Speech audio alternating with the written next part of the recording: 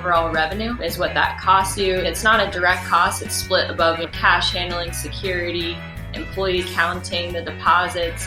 There's all these different fees. So our solution in itself is a lot less expensive and more efficient for businesses and customers. And safer. Safer, yeah. So you don't have to worry about coming out with a lot of cash. If you want to buy a $500 or $1,000 worth of product, that's a lot of money to have on hand, and who knows what might happen.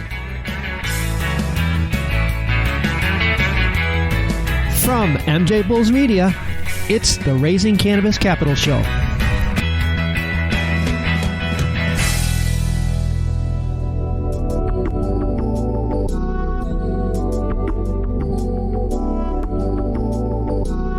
Today at Raising Cannabis Capital, we are joined by Lauren Murphy, the CEO of Alt36. Lauren, welcome to the show. Thank you for having me.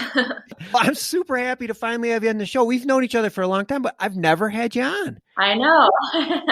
This is a first. I know. You've always been the behind-the-scenes person. I really appreciate you making an exception for us today.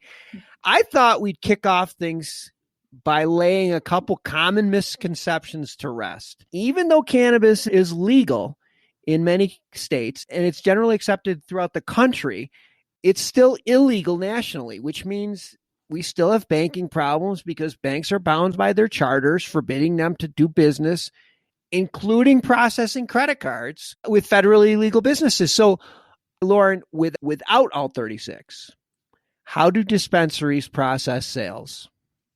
So how they process in a compliant way, obviously cash is the easiest form of payment, especially as new businesses. They don't really know where to go get payments. So cash is definitely a given. I think it was 2019. The end of that year closed out a lot of non-compliant payment systems that were using credit cards and going against Visa MasterCard rules. So a lot of those got shut down. And unfortunately, a lot of businesses got their funds held, millions and millions of dollars were held. So that was a way that people went to, but it wasn't compliant. So Alt36 is essentially comes right from your bank account. You don't have to preload funds and it's free for the customer. So it works very seamlessly and the merchant gets their money right away. In terms of efficient for the customer, it's awesome to do any sort of digital payment with ACH. And then on the merchant side, they get to reduce a lot of the fees associated with operating in cash.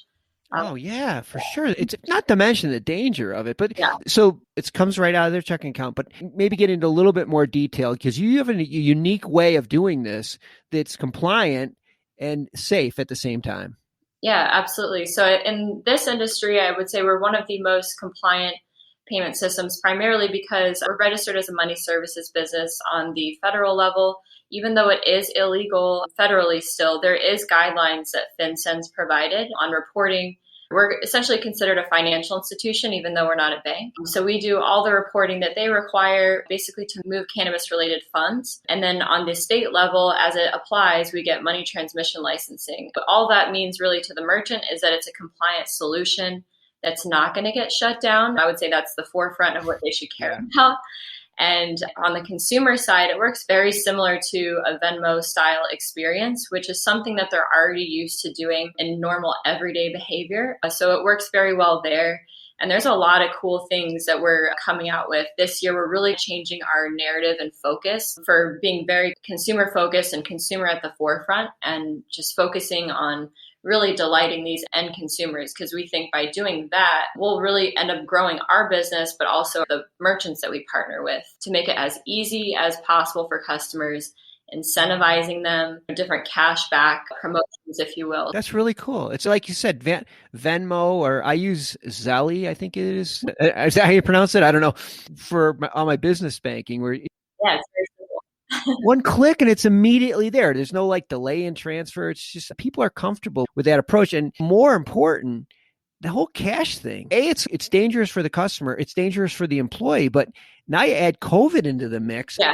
Tell our listeners just how effective cash is at spreading germs. Yeah, there's some pretty gross statistics out there. And the list goes on, but it gets grody. For us, it's so much easier for customers, especially on delivery, for them to just be able to pay, not have to go to the ATM, not have to get cash. And the benefit as well for the merchant side is if you're in store, now you can have your customer do impulse buys. You can upsell them on certain products.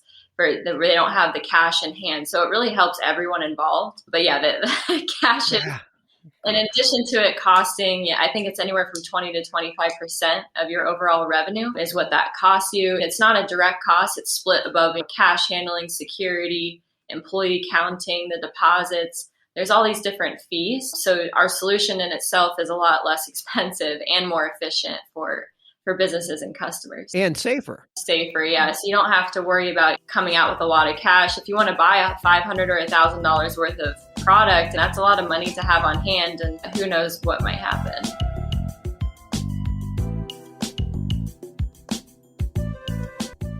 Attention Cannabis Podcast listeners. You can now listen to your favorite cannabis podcast ad-free with the MJ Bulls mobile app. Just download the free MJ Bulls mobile app to your smartphone to start enjoying cannabis podcasts with no commercials. Go to Apple Apps or Google Play to get the MJ Bulls Cannabis Podcast app today.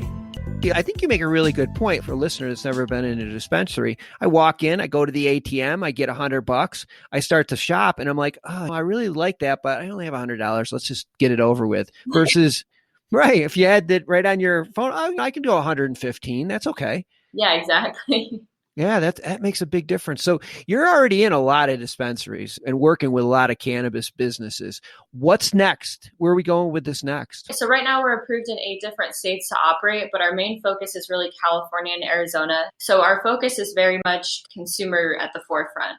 And so that's why we really want to focus on Arizona and California the most, because we want to have as many consumers using our system in one area. That way we can really target to them the different marketing aspects that we want to do, really creating a community overall from not just on the consumer side, but merchant and our system. So we want to increase the average ticket beyond what we're currently doing. So it's right now we're able to increase the average ticket by 20%. And then our frequency of customers coming back to the merchant. So we want to listen to our customers to what they want, which will help them spend more, use the system more so that they do with cash or any other system that they may either be using that's not compliant. We want them to use Alt36 first. So our customers are our main focus, which I think will benefit the entire supply chain.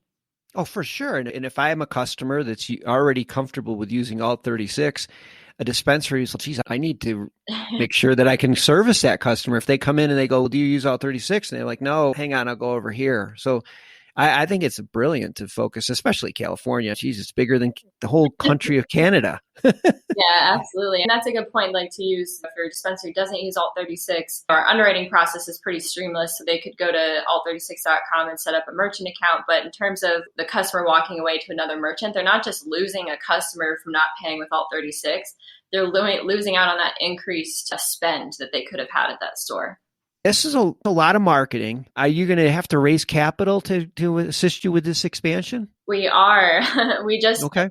So we have updated our pitch deck, just given all the different changes that have occurred. We also just finished our growth plan for 2021. So it's cool, our team coming together, all different aspects, and it's going to be pretty cool, but we do need to raise capital to support, obviously, the growth, which you'll probably hear most businesses say in the industry. So we are raising capital at this time. You're unlike a lot of businesses that are raising. This isn't a new business. You guys are established. You've already worked through all the bugs. Like you said, you're registered in 8 states.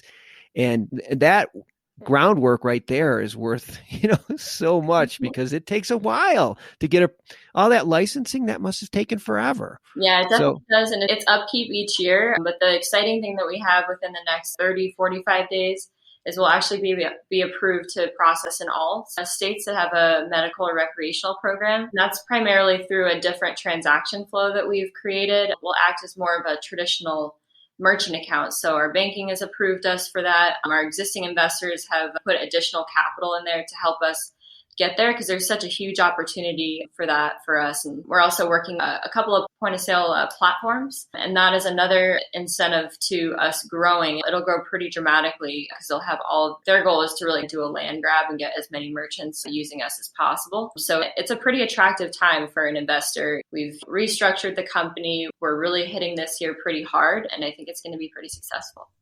Yeah, and a lot of people are like, well, the new administration, there's going to be a lot of change. It's not happening overnight, people. It's not going to be like wake up tomorrow and cannabis is legal nationally. There's so much work to be done that this is a long process, and people are going to be using Alt 36 forever. So now is the time to get in while the getting is good. I'll have the links to Alt 36 in the show notes, and if you are a dispensary or a cannabis business, want to learn more, or if you're interested in maybe participating in their expansion as an investor, just click the links, and I know somebody from Lauren's team will be happy to help you. Lauren, we got to do this more often. This was good. Thanks for being on the show. Yeah, thank you. I appreciate you.